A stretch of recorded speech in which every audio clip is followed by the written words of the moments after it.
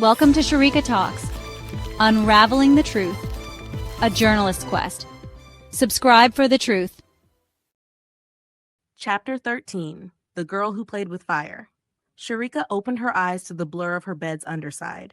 Her vision cleared slowly, and when she glanced at the clock, a chill ran through her body. 7:40 a.m. For a moment, she froze. Then it hit her. Her exam. She shot to her feet, grabbing her hall ticket, pen, and her chapels. She hadn't even brushed her teeth. Still in the leggings and top she had worn the previous night, she stormed down the stairs of her JMI University hostel. She ran, darting across lawns and leaping over low fences. It was 7:54 when she reached the exam building, breathless and disoriented. She stormed into the exam hall just as the final bell rang and collapsed into her seat. The examiner gave her a curious glance before handing over the question paper. Her head throbbed. The missing morning coffee burned like withdrawal. She hadn't thought she'd doze off like that, not after a whole year of functioning on 4 to 5 hours of sleep. But she remembered it now. She had stayed up watching Sachin's location until nearly 5 a.m. His smart tag had started moving rapidly toward New Delhi Airport. The speed displayed on her tracker was unnerving, 150 kilometers per hour through the empty night streets of Delhi. Why the rush? She had whispered to herself. Within 10 minutes of arriving at the airport, the tracker indicated he was in the air, accelerating southward at over 1,000 kilometers per hour. With intermittent signal drops typical of high-altitude travel, it was clearly a flight. But which flight? She checked every airline departing from Delhi at that time. His wasn't among them. She scanned flight radar sites and found no match. Private jet, she whispered, or chartered. That's the only way. But that wasn't what rattled her most. It was what came next. By 3:15 a.m., he was at Coimbatore Airport in Tamil Nadu. 10 minutes later, his dot began moving again, this time at speeds over 250 kilometers per hour, tracing a direct path across rugged terrain. Helicopter, she muttered, her heart pounding. Who was he? By 3:40 a.m., he had landed at a school ground in Puttur, a tiny town near Palakkad. 10 minutes later, the tracker showed him en route to Palakkad Medical College, where he stayed stationary. Sharika had stared at that dot for an hour. Then, perhaps from mental exhaustion, she had dozed off. When she finally handed in her exam paper, barely legible from the mental fog, her mind churned with 1,000 questions. She rushed back to her hostel, freshened up, brewed a fresh cup of coffee, and reopened the tracker. He was still there. Still at the medical college. Coffee in hand, she opened her news feeds. Scroll, tap, pause. Deep Enterprises CEO to meet Prime Minister to propose national scale-up of Derrick's model. According to the article, she was meeting the Prime Minister that morning to discuss extending Deep Enterprises' orphanage old age home integration model to all government schools. They were also in talks to implement their food preservation systems across India's ration networks. She blinked. Sachin had been staying near the PM's office before this mad flight across the country. Was he a secretary, an advisor? What was his role in all this? Switching tabs, she dove into Palakkad's local news. One headline hit her like a punch to the gut. IB criminologist Dr. Deepa K survives highway crash. Minor injuries sustained. Sharika clicked the article immediately. A high-speed collision occurred on NH 544 near the outskirts of Palakkad early this morning. A truck lost control and struck a black SUV driven by renowned Intelligence Bureau criminologist Dr. Deepa K. Sources confirm she sustained only minor injuries and was discharged from the district medical college after preliminary treatment. No internal injuries were found. The driver of the truck escaped without stopping.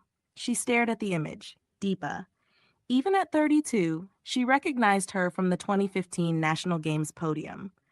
Sachin had raced across India in 4 hours, spending millions, to meet a woman who wasn't even seriously injured. Is she your wife? Sharika whispered. Or just a friend? She scolded herself for not checking Deepa's social media sooner. A quick search revealed the answer. Deepa K. Sharma, married to Rakesh Sharma, Manchester, UK. Huh, so not married to Sachin. Then what? Her eyes flicked back to the tracker log. From 4 a.m. to 5 a.m., he was stationary at the medical college. Then the dot started racing again, this time towards Kochi. Wait, Kochi? She double-checked. Yes, the dot moved fast, over 210 kilometers per hour. She had briefly assumed he was in an ambulance. But no, India's emergency infrastructure was outdated. Even common private cars could hit 160 kilometers per hour with ease, but ambulances and fire engines often couldn't exceed 80 to 90 kilometers per hour. Most government vehicles were underfunded, neglected, and rarely upgraded, except politicians' vehicles, she chuckled at the thought. That was not a public ambulance. Must have been an expensive high-end car. He reached Fort Kochi by 7 a.m. Then for 2 hours, he zigzagged through Kochi City. It was her hometown. She knew the roads, the shortcuts, the traffic. He'd been less than 2 kilometers from her parents' house in Amaravati. What were you doing here? She whispered. He wasn't at DeWitt campus in Kochi. There were no temples of national importance. He wasn't even going to Deep Enterprises offices. Just a lightning-fast incursion. Her gut twisted. There was only one way to know, even though the possibilities were slim. She opened the Manorama News website and froze reading the first headline, Breaking News, 23 bodies recovered near Fort Kochi harbor. Local fishermen discovered the bodies floating near the Fort Kochi shoreline around 8:30 a.m. as they were inspecting what felt like firecracker-like sounds. At least 19 victims had bullet wounds. Others bore deep lacerations and signs of blunt trauma. Police identified most as known gang members from Kochi's underworld. City ACP Pradeep Kumar suspects inter-gang warfare but has not ruled out a vigilante operation. Sharika's hands went numb. Then her eyes caught the timestamp. 8:30 a.m. It matched. Perfectly. She stared blankly at the screen. Sachin had been in Fort Kochi at that exact moment and fled from the scene immediately. She dropped her phone. Her breathing quickened. Her mouth went dry. Killer? No. He couldn't be a killer. A temple thief, maybe. But not this. Not a mass murderer, she whispered. Her pulse spiked. What if he found out she was tracking him? For 10 minutes she sat frozen. She jumped as her phone rang. Her grandfather. Hello? How was the exam, child? His familiar voice calmed her slightly. Fine. I think. Good. Listen, I'm booking tickets for your vacation. I'm not coming, she replied flatly. There was a pause. Then I'll come to Delhi. I'll land on September 4th. Okay. Before he could say more, she asked suddenly, Did you see the Kochi shootout on the news? Oh, yes, near the harbor. Don't worry, it's under control. The police have locked down every street. Don't worry about that nonsense you read online about Kochi. It's far from Amaravati. The streets are safe. Sharika didn't answer. You just study. I'll be there on September 4th. Okay, Grandpa. After the call, she slumped onto her bed. For the first time in a year, she didn't open her tracker. She slept early. Didn't eat. Didn't move. At 3:45 a.m., her body jerked awake from sleep, covered in cold sweat. A nightmare? Or a warning? The shadow was growing. She grabbed her Samsung. Sachin was still at the Palakkad Medical College. She scrolled the news page again. An update on the Fort Kochi massacre. Post-mortem reports. 3 types of ammunition identified, all foreign-made.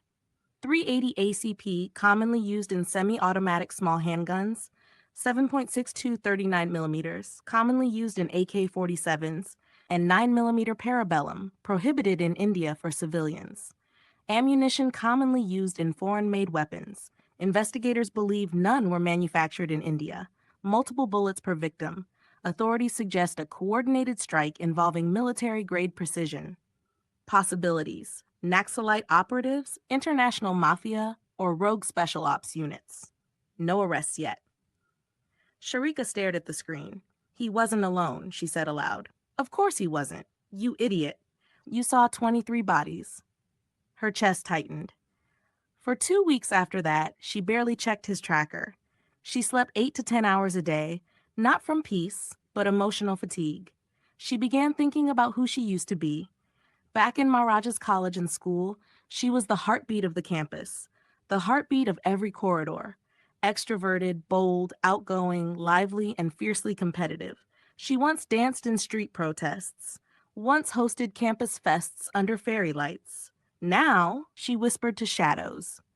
The girl who cracked jokes during debates and gave important speeches at union meetings. She was the first to befriend new students, the last to leave class discussions. Now, she didn't know half her classmates.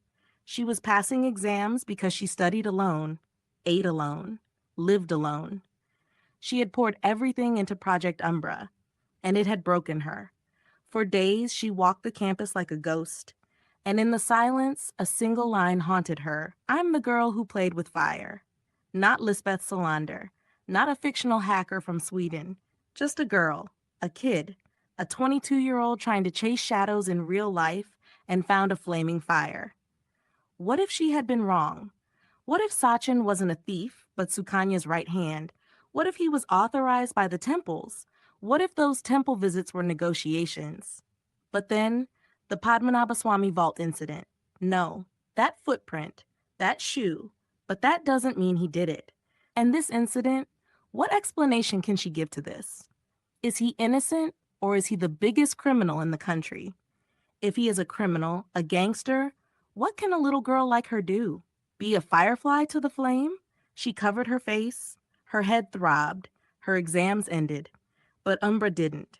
And the next morning, as she stepped into Aravind Uncle's Mercedes GLS with her grandfather, she had decided she was going to quit Project Umbra. As she climbed in the back seat, her grandfather grinned, tired and pale, but smiled warmly.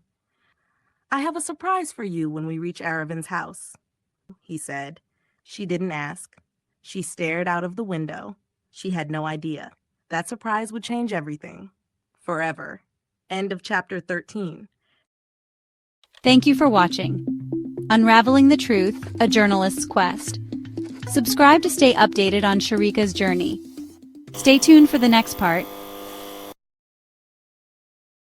Disclaimer. Unraveling the Truth, A Journalist's Quest is a work of fiction. The experiences, ideas, and theories presented by the characters, including the books they write, are purely fictional and do not reflect real-world events, beliefs, or ideologies. While some incidents and characters may be inspired by real-world scenarios, they are entirely fictionalized for storytelling purposes. The author does not endorse or share the viewpoints expressed by any character in this novel. Any resemblance to actual persons, living or dead, or real events is purely coincidental. Viewer discretion is advised.